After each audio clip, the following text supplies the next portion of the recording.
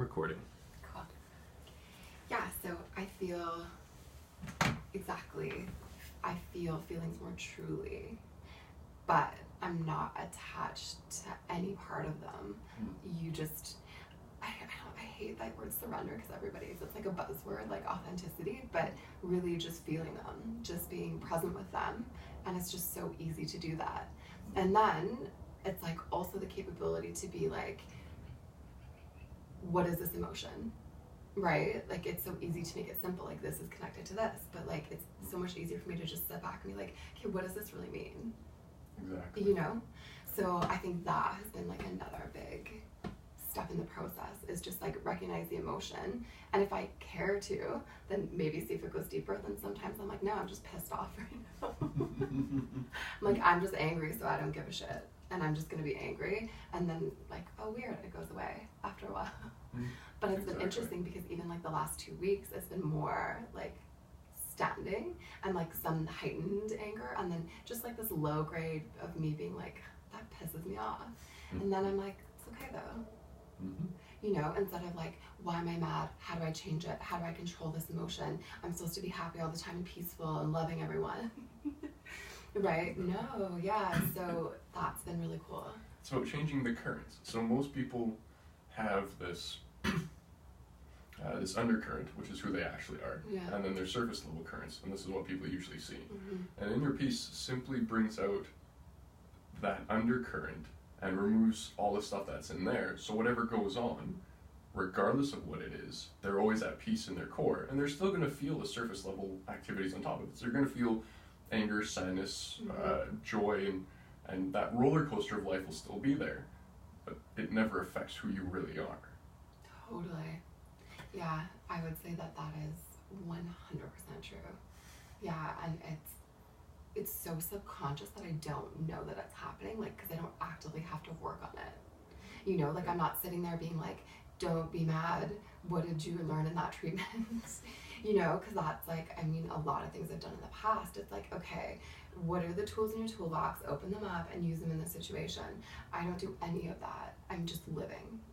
Right? Exactly. Which is really cool because it's just really true.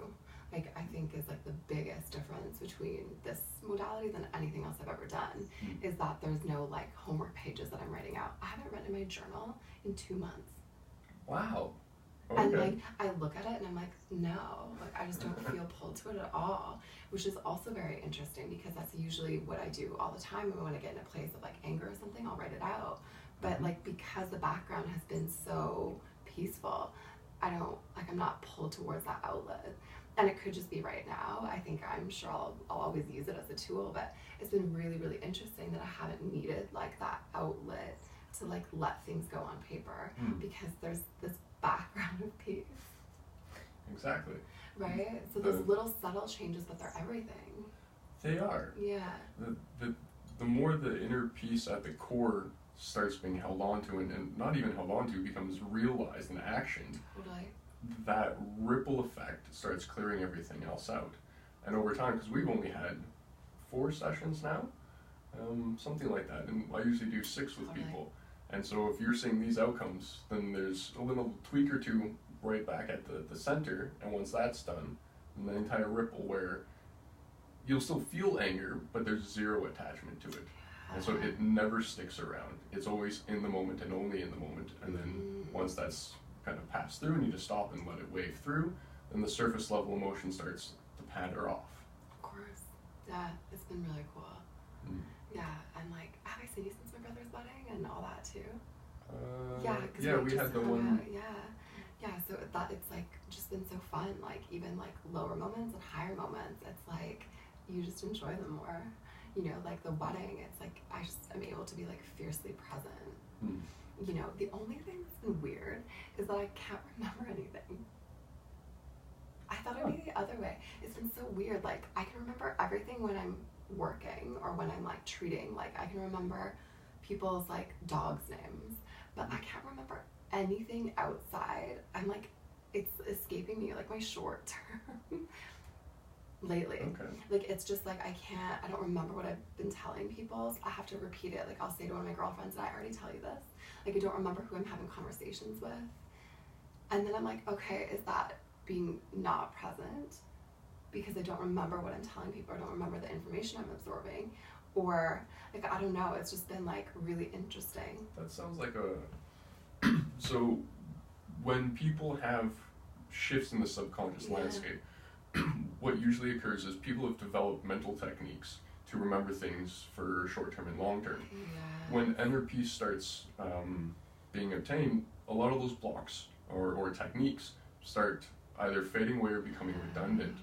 And so the next step I'll take you through, and I just took another client through this, is how to access the subconscious mind so all the information is there at all times. The subconscious mind already has all of it. Absolutely. It's about finding the new way of accessing that information. And then it's going to be, the information will be presented in a more simple manner, in a more cohesive manner, in a more structured manner. So kind of like the movie Limitless, where the information just pops up when you need it. It's along those lines. The subconscious mind knows how to handle all of that, and we've just built structures on top of it. Well, structure is structure, and it's going to be useful, but the system's already designed to be everything it needs to be. So let's just let it kind of come through in the new way. Because even when I was writing those exam questions, like things were like coming to me that I'm like, I don't remember that. But it was just like I would just say it, and then we'd create a question around it. Like it was just so interesting. So it's like, for sure I'm tapping into that, but like I can't, like all the other stuff, I'm like, I wonder if this is connected. It has to be. I'm like, this is so interesting, but you're right, because that's another pattern, right? So yeah, I just can't remember what I've been telling people in like personal life, right? And like when I'm just having a conversation, I'm like, did I tell that person this or this? Like it's just like no idea. Okay. Yeah, so that's like one of like the weird things that have been happening, but other than that, yeah, I think that's like overall since I've seen you last, and I mean overall since I started seeing you, that's what I've like really noticed. Yeah, like life without attachment's pretty rad. Right? Like it is a lot of fun. It makes life easier at the end of the day. So much easier, right?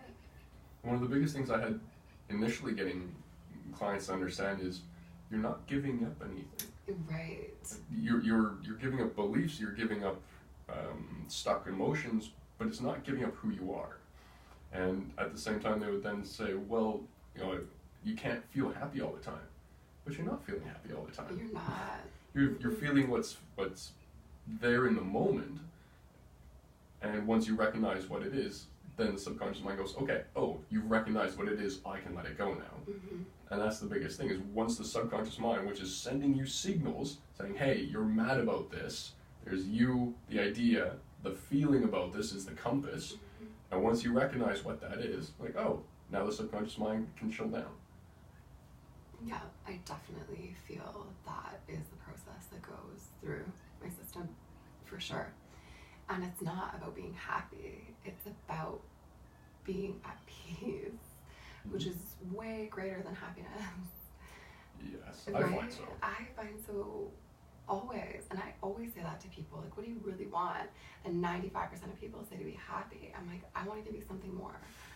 That's it. Right? Yeah, exactly. More. I want you to find peace, because if we can find peace, then you can be heartbroken, you can be really happy, you can have all these things, and you still are okay, right? Like that is, I mean, I truly believe that that's kind of like the ultimate goal. So when I've been hearing that lately, it's like the biggest compliment possible when people say like, you really seem like you're okay, you really seem like you're doing really well. I'm like, that is the whole point of all this. That no matter what happens, that I'm okay, right? That it's all about like self being okay, because then you're better for the planet, you're better for everything around you, right?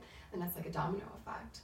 So I notice it with people around me too, where they're, you know, like, oh, like really trying to find that peace instead of just being like, I want to be happy all the time, because that's not real. No, and it's not possible. Yeah. Life is not a series of, or it's not a continuous happy thing. They're not negative, but there are shocks to the system. You know, someone is going to pass away at some point in time. You can't sit there and be happy about that. It's okay to be sad. Totally. You know, pets are going to pass away. You're going to stub your toe walking through the kitchen. Totally. When you're not going to be happy that you've done it. You can be at peace with it. You can laugh about it.